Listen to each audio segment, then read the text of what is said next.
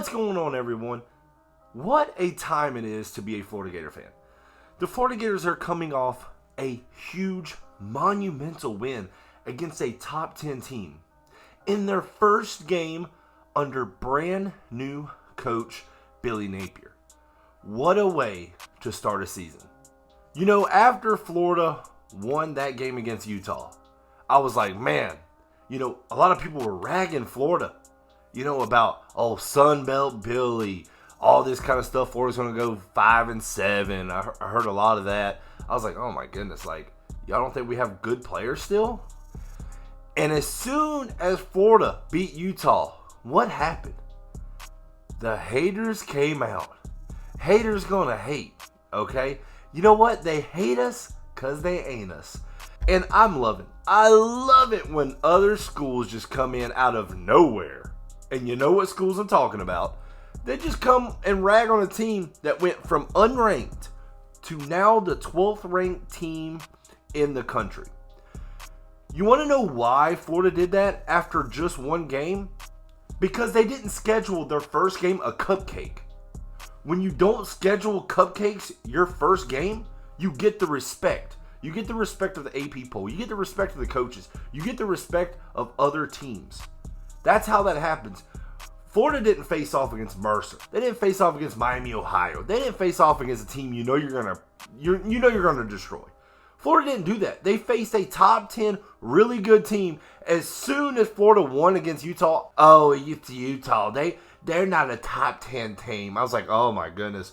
Utah was going to blow us out of the water. Utah was going to beat us by 28. Now they're not no good.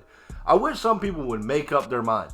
Utah is a really good team. I knew they were good when they came into the swamp, and they're still a good team. They're going to be a good team. They were a good team last year. They brought back a lot of starters. But it's just funny how when Florida beats someone, that team's no more good. I was like, oh, okay, that's ironic.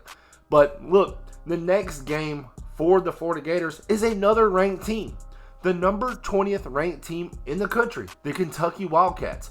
Florida's 2-game stretch to begin the season is one of the hardest and one of the toughest for a first-year head coach and for a team that was already in dysfunction last year. But man, what I saw from Billy Napier and the Florida Gators was tough resilience. And they did not get down on themselves. They got down in the game. Bad things happen, a fumble here, missed tackles, things that need to be cleaned up, but nobody got down on themselves. It's just a different atmosphere. Everyone keeps talking about the recruits, the coaches. Everyone's just saying that, it's just a different feel right now. And you can see it. Now you're seeing it on the field because everyone wanted to see Billy Napier coach that first game. They were like, oh, well, we'll see what Sun Belt Billy can do. Well, Sun Belt Billy came in and beat a top 10 team. How many first-year coaches can say they've done that? Their first game.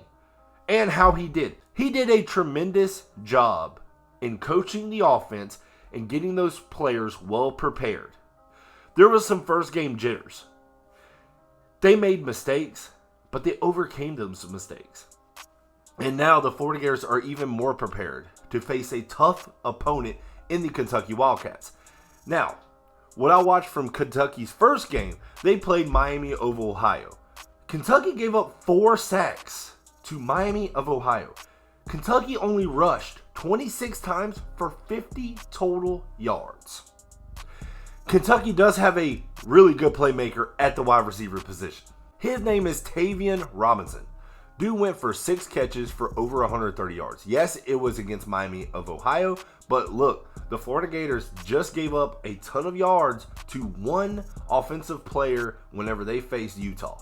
Now, Robinson is a different offensive threat than the one the Florida Gators faced against Utah. Robinson is a fast, elusive wide receiver. Now, I believe Florida Gators secondary will do well against Robinson and the Kentucky offense. Now, Will Levis is a really good quarterback. First round talent. I see the talent. I see what scouts are saying why this guy is a high first round pick whenever he enters the NFL draft. Now, if Miami of Ohio can get 4 sacks against Kentucky, I do not see a reason why Florida cannot get 4+ against Kentucky. Florida did not have a sack against Utah. I think those defensive ends, that defensive line is going to be hungry. Now, I believe that defensive line for the Florida Gators is going to get after Will Levis. I believe there's going to be a ton of pressure. Now, I also believe with Kentucky losing their top running back, Chris Rodriguez, is a huge hit to this offense. And I believe the Florida Gators will win against the Kentucky Wildcats by a score of 34-23. But hey, everyone, I appreciate y'all watching this channel. Don't forget to hit that like button. Don't forget to hit that subscribe button as well. I appreciate it. Y'all have a great one.